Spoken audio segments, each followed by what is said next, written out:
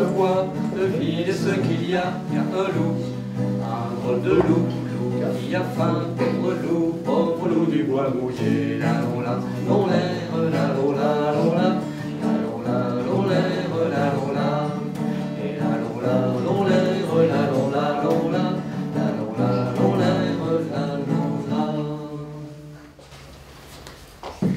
Pas de petite grand-mère, pas de mésange. Le loup a faim, mais terriblement faim. Alors il se traîne dans son bois, là. Il arrive ce matin-là dans une clairière. Et là, par chance, que voit-il au milieu de la clairière? Non, un paysan qui est là, avec sa scie, avec sa hache et son traîneau, et qui fait du bois. Parce que l'hiver est proche, il est temps de rentrer son bois. Le loup, quand il voit ça, il s'approche à pas de loup. Et il observe le paysan. Il le jauge, et il se dit que ma foi, s'il n'y a rien d'autre à manger, bien ce jour-là, il mangera du paysan. Et prudemment, le loup, il attend un peu. Il attend que le paysan ait fini de charger son traîneau. Il aura toujours l'occasion de le suivre et de bondir sur lui au bon moment, c'est dit. Et le paysan, il continue à travailler, à couper son bois, à charger le traîneau.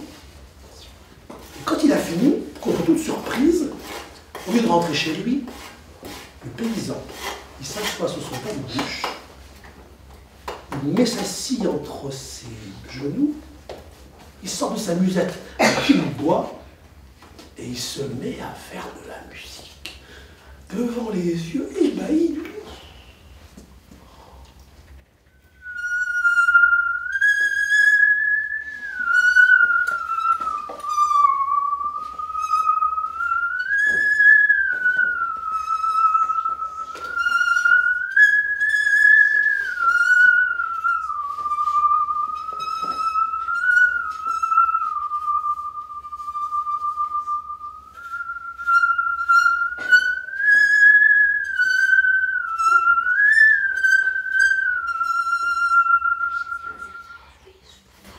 Alors le loup, quand il entend ça, il se dit, un paysan qui fait de la si jolie musique, oh, il doit vraiment être délicieux.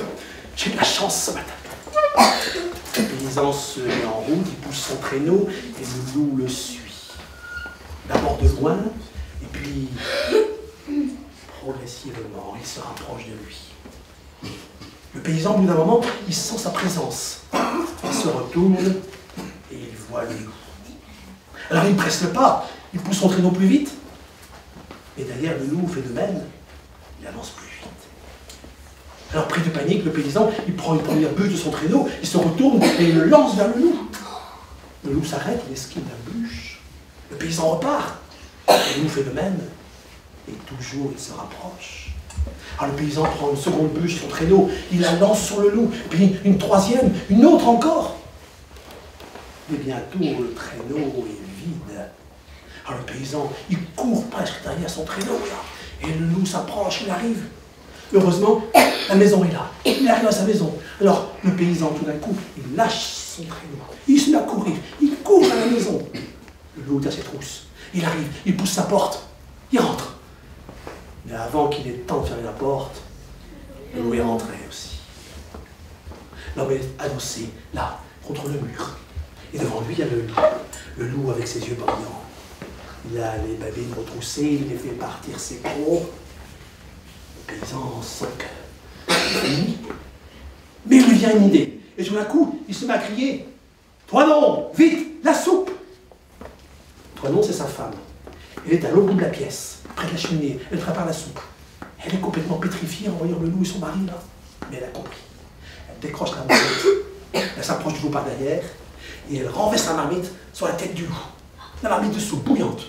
Le loup se met à crier, à hurler, à faire des bonds de carpe, à se tordre de tous les sens. Et le loup fumant, englué, s'en met à partir en criant.